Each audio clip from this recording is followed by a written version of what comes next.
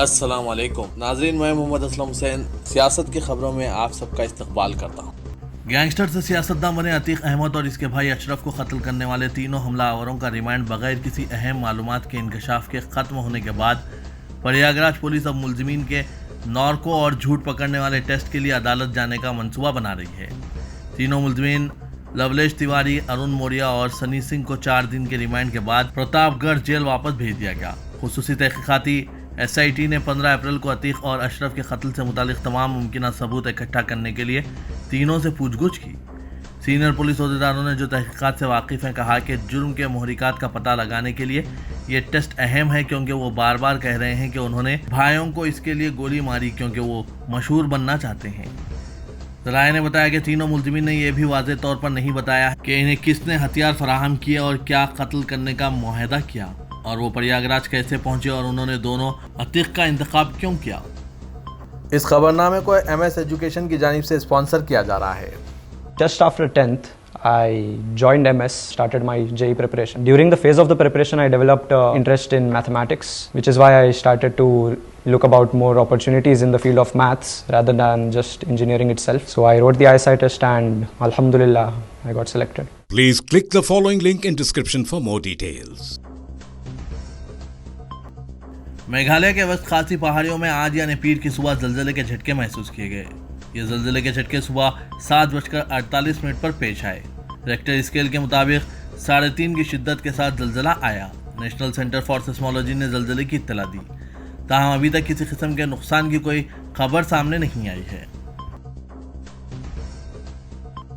रियासत कर्नाटक में फिरका परस्तों ने हिजाब का मौजू जब उठाया होगा तो इन्हें अंदाज़ा भी नहीं होगा कि इसी हिजाब तनाज़े से मुतासरा एक तालिबा इन्हें ऐसा मुंह तोड़ जवाब देगी कि जब जब वो हिजाब पर पाबंदी की बात करेंगे इन्हें इस तालिबा के इम्तिहान के नतीजे याद आ जाएंगे।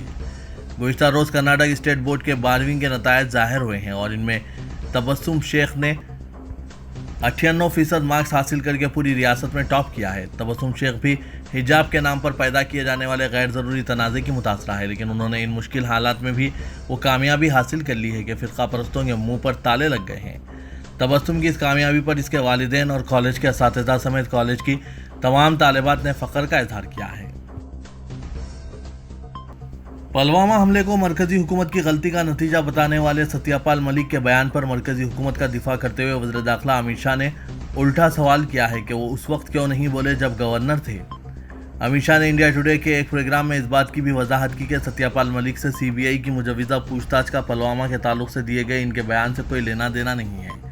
अमित शाह ने सवाल किया कि हमें यह गौर करना चाहिए कि ऐसे लोगों को इस तरह की बातें हमसे नाता तोड़ लेने के बाद ही क्यों याद आती है। जब वो इख्तिदार में होते हैं तब इनका ज़मीर क्यों नहीं जागता। मरकजी वजीर अश्विनी कुमार चौबे ने कहा कि तमाम फिरंगियों को 2024 में बांग्लादेश भेज दिया जाएगा। चौबे ने पटना में एक प्रोग्राम में कहा कि हमें 2024 में बिहार की 40 नशिस्तों में इन फिरंगियों हुक्मरानी को बेनकाब करने दें। तमाम फिरंगियों सुन लो, हम तुम्हें 2024 में बांग्लादेश को भेज देंगे। हम नेपाल की सरहद से भगा देंगे और बिहार में BJP का इख्तिदार ले आएंगे। मजमे से खिताब करते हुए BJP के रियासती सदर सम्राट चौधरी ने कहा कि याद करें 2014 में नीतीश कुमार ने कहा था कि BJP से हाथ मिलाने से बेहतर वो मिट्टी में मिल जाना पसंद करेंगे। वो BJP के साथ 5 साल तक रहें। हम इस ज़मीन की तलाश कर रहे हैं जहां वो पाए जाएंगे। लोग आपको मिट्टी में मिलाएंगे। उन्होंने कहा कि नीतीश समझते हैं कि हम इनको मिट्टी में मिला रहे हैं। पार्टी के एक प्रोग्राम में चौधरी ने यह तस्करा किया कि BJP के पार्टी कारकुनों के लिए वक्त आ चुका है कि इंतकाम लें और RJD के लिए BJP को धोखा देने के बाद नीतीश का सियासी कैरियर खत्म कर दें।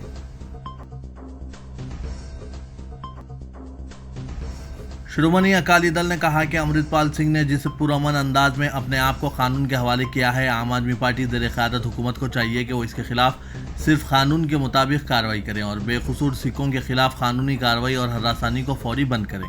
SAD के तर्जुमान दिलजीत सिंह ने अपने बयान में अमृतपाल सिंह के इस फैसले का खैर मकदम किया, जिसके तहत इसने श्री अकाली तख्त जत्थेदार के मशवरे के मुताबिक अपने आप को कानून के हवाले कर दिया। बयान में कहा गया है कि अब आम आदमी पार्टी हुकूमत पर अब ये लाजिम है कि वो इस बात की वजाहत करें कि इसने इस मसले पर इतना डर और खौफ की फिजा क्यों पैदा कर रखी थी। साबिक मेंबर पार्लियामेंट अतीक अहमद की बीवी और उमेश पाल कत्ल मामले में मुलजिम बनाई गई शाइस्ता परवीन एसटीएफ और प्रयागराज पुलिस की गिरफ्त से गुज़िश्ता 2 माह से दूर है। इन पर पुलिस की जानिब से 50,000 रुपये का इनाम मुकर्रर किया गया है। अब पुलिस कमिश्नर प्रयागराज की जानिब से पुलिस हेडक्वार्टर को भेजे गए खत में इनाम की रकम में इजाफा करने की सिफारिश की गई है। पुलिस हेडक्वार्टर से मंजूरी मिलने के बाद शाइस्ता परवीन पर 1 लाख रुपए की इनाम का ऐलान कर दिया जाएगा। उद्धव ठाकरे की शिवसेना लीडर संजय रावत ने दावा किया कि महाराष्ट्र में एकनाथ शिंदे की हुकूमत आइंदा 15 से 20 दिनों में गिर जाएगी।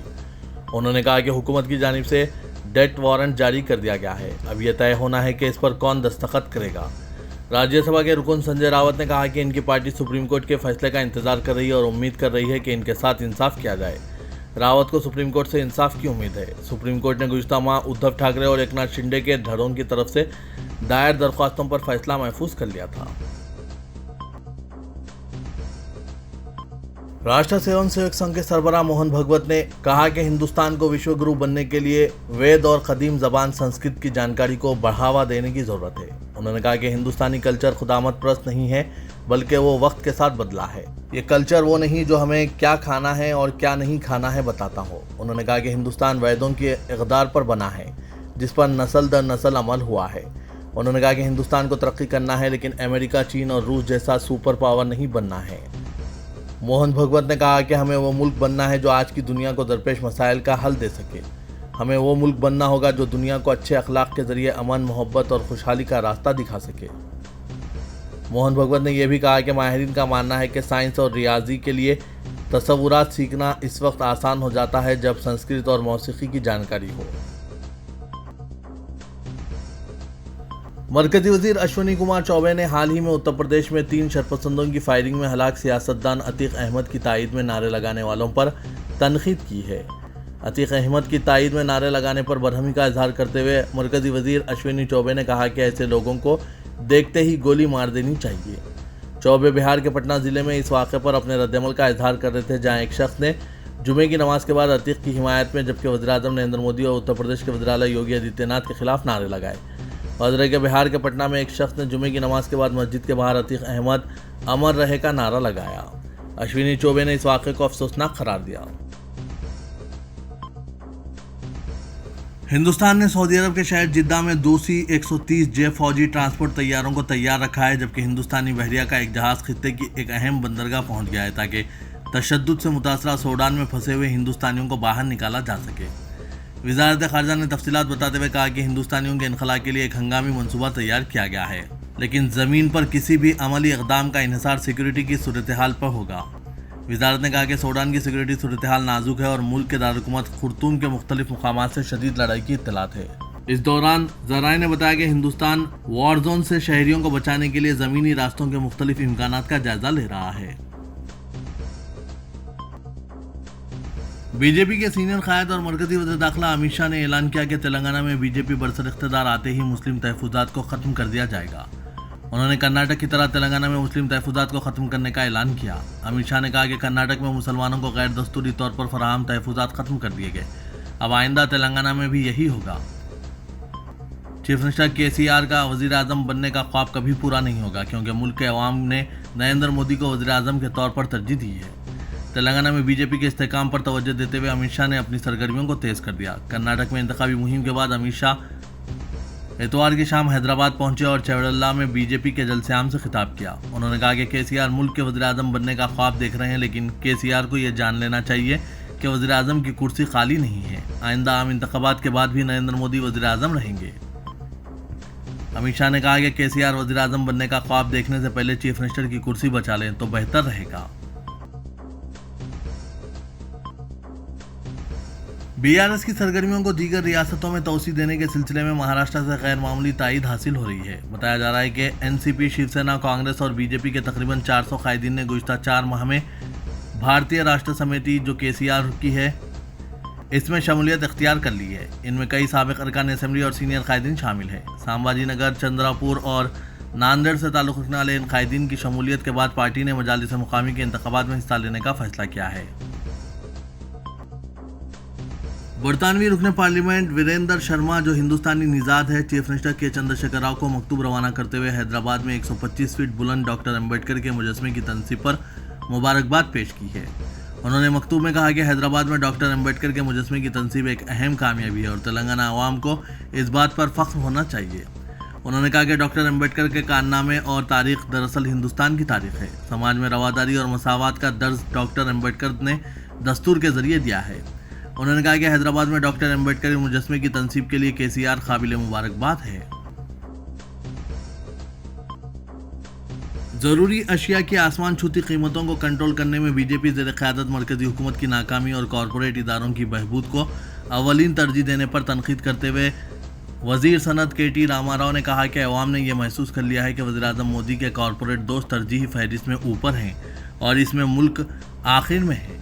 उन्होंने लापरवाही और बढ़ते अफरात ज़र को काबू में पाने की में नाकामी पर बीजेपी हुकूमत पर तनकीद की।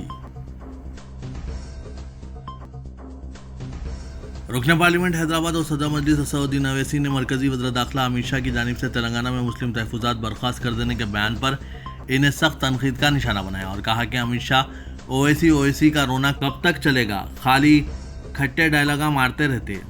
अमित शाह की जानिब से चवड़ला में बीजेपी के जलसे आम के खिताब के दौरान ये कहा गया कि BRS की स्टीयरिंग ओवैसी के हाथ में और तेलंगाना में बीजेपी के इख्तिदार में आने पर मुस्लिम तहफ़्फ़ुज़ात बर्खास्त कर दिए जाएंगे। इस बयान पर अपना रद्दमल जाहिर करते हुए असदुद्दीन ओवैसी ने अपने एक ट्वीट में कहा कि तेलंगाना में मुस्लिम तहफ़्फ़ुज़ात पसमानदा मुस्लिम ग्रुप्स को इनकी पसमानदगी की तायीद में सरकारी आदाद-ओ-शुमार की बुनियाद पर दिए गए हैं। इसके लिए अमित शाह सुधीर कमीशन की रिपोर्ट मुलाहिजा कर सकते हैं। अमित शाह अगर वो रिपोर्ट नहीं पढ़ सकते तो किसी से पूछ लें जो वो रिपोर्ट पढ़ सकते हैं। तेलंगाना में मुसलमानों को तालीम व रोज़गार में जो तहफ़्फ़ुज़ात दस्तियाब हैं वो सुप्रीम कोर्ट की जानिब से दिए गए उबूरी हुकुम इल्तिवा की बुनियाद पर जारी किए गए हैं। ओवैसी ने कहा कि अमित शाह को चाहिए कि वो कभी तो बढ़ती हुई महंगाई और बेरोज़गारी पर बात करें और तेलंगाना जो फ़ीकस आमदनी के ज़ुमरे में मुल्क भर में सरे फ़हरिस्त है इस बारे में बताएं।